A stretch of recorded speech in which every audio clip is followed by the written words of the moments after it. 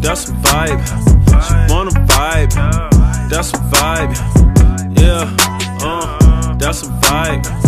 It's a vibe. Welcome everyone to this week's episode of Unrooted Women's Soccer Edition, and my guest for this week's show is none other than another defender on the women's soccer team. It's Amber Hicks. Amber, thanks so much for joining me on the show. Of course, I'm happy to be here.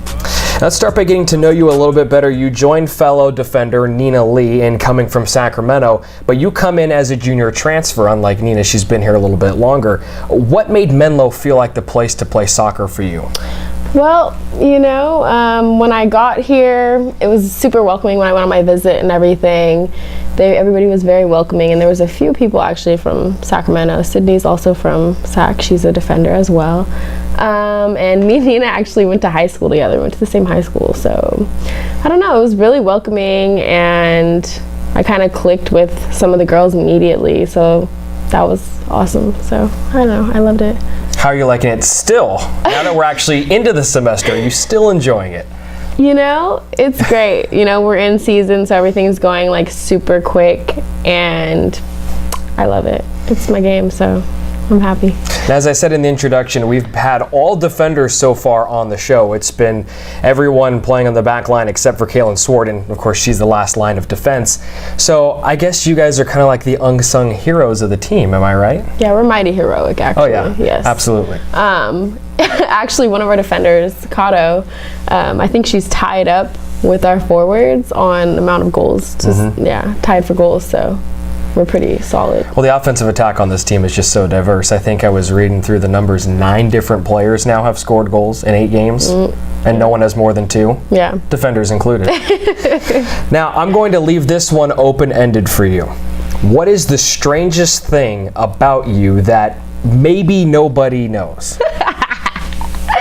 Well, all my team knows this, but I guess everyone's gonna know now. Okay. So I kind of have like a little itty bitty kind of like crush on this boy that we call Mulan.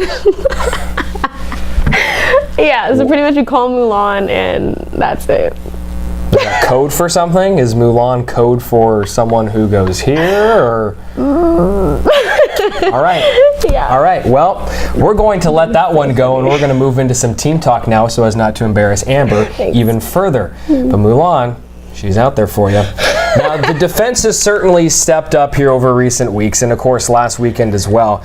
You guys had to play to the top 10 teams in the nation, and you did a fantastic job. What type of added pressure was there going into those games?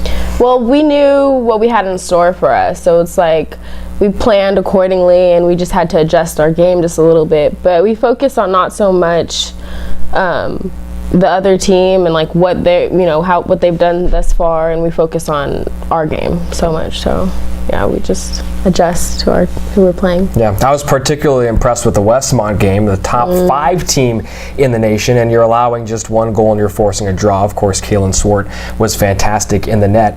It wasn't a win, but what kind of confidence boost does that game give you guys moving forward? Well, we all felt that we could have taken that game. It could have gone either way, but unfortunate circumstances, but we can't wait till they come to Menlo. I'm excited for that. Get some revenge on them. Exactly. They knocked you guys out of the playoffs last season, so I'm sure that was on your guys' mind. I know you weren't there last year, but I'm sure that was discussed a little bit pregame, was it not? No, it wasn't. Like I said, we focus on us, not so much the other teams. All right. Yeah. Now, Caitlin Scorenson scored the lone goal for the Oaks in that contest, and she was the 9th different player to score. It seems to be a strength of this year's team in that it is, in fact, a team. Everyone's contributing on the offensive end. And that was a super big thing for Katie. I think that she really needed that goal, and it was awesome. Like, it was just the placement, the finish. It was an awesome goal to see. So, super proud of her, super proud of my team. Yeah, it was awesome. Now, you guys are in the middle of a very long stretch of games on the road, 6 in a row, as a matter of fact. What are some of the differences that a team faces when they play on the road for such a long period of time? Well, bus rides are super long, and you get really tight in the bus and everything, so it's important to stretch it out and keep focused. Like, you have to remember, like, one game at a time. Like, you have to give it all in your first game, and then you have to get your body right for the next game. So it's like focusing on what's right in front of you, and also like the long run as well. So yeah, what maybe a lot of people don't understand is that you guys are driving down in the bus the day of the game. So you're literally then having to go out there a couple hours later and take the field for 90 minutes, at least 90 minutes. Yeah. Well, we drive down the day before, like for Wednesday, our game, we drive down Wednesday, and then our game is on Thursday, and then we have like Friday to chill, and then we do it all over on again. Saturday. Rinse and repeat. Yeah, pretty much. Now the Oaks are facing another top 10 team in the nation this upcoming weekend. You guys got Vanguard. They're ranked 7th in the nation as we stand. After taking on 2 such teams last week, you're certainly prepared for the task this week, right? Oh, definitely. I think we know how to adjust. We are ready to play. I'm ready to go down there and, kill it. This last time going to LA right now, so we're What's the excited. scouting report on Hope and Vanguard?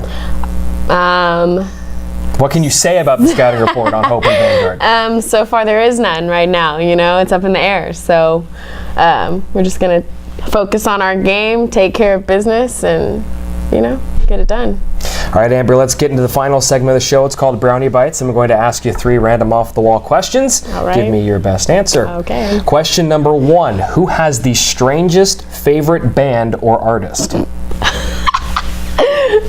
Strange in your mind. Hobbs Maya.